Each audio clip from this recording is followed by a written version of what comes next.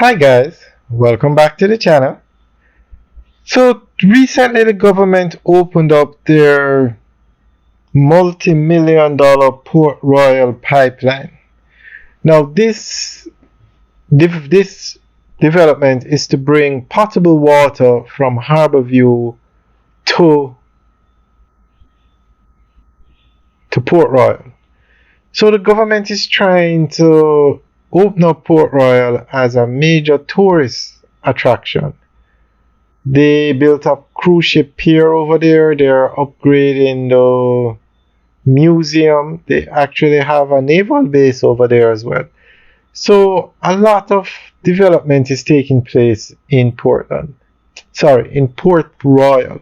And you have the famous Fort Charles with the Giddy House. It's a very historic town. But one of the problems Port Royal had was a reliable delivery of potable water. Now, the pipelines that were there before were cast iron and very old because Port Royal was around from the time of pirates, buccaneers, 1600s. So those pipes were old and the water, it gave a lot of problems. So the government invested millions of dollars in bringing in this new pipeline to bring the water to Port Royal. So we're going to go through an article that gives more information on this. The $553 million Port Royal Potable Water Transmission Main Upgrade Project, which will enhance access to water supply for residents of Port Royal and surrounding areas, was officially commissioned into service by Prime Minister Dr. the Most Honorable Andrew Holness.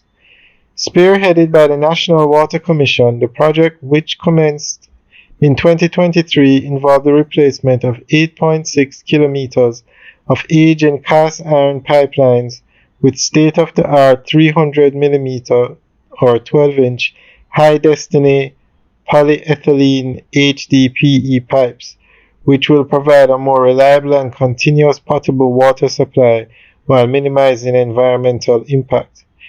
It will benefit approximately 2,000 residents as well as up to 3,000 cruise ship passengers and local businesses. Delivering a keynote address at the ceremony held at the Port Royal Town Centre, Prime Minister Holness said, "We have made this massive investment again in water, and we have one more major investment to make, which is in the sewage.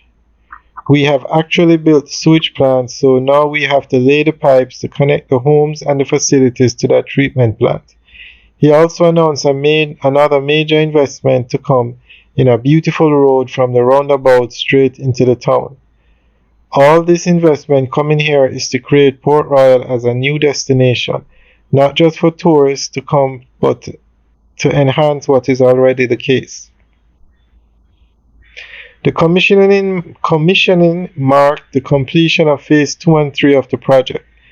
Phase 2 involved upgrading to the pumping facility near the Port Royal Town Centre and included installation of new heavy-duty and standby pumps at the NWC's Morgan's Harbour Relief Station, refurbishing of a $60,000 gallon reservoir, and major enhancements to the distribution network at a cost of $100 million.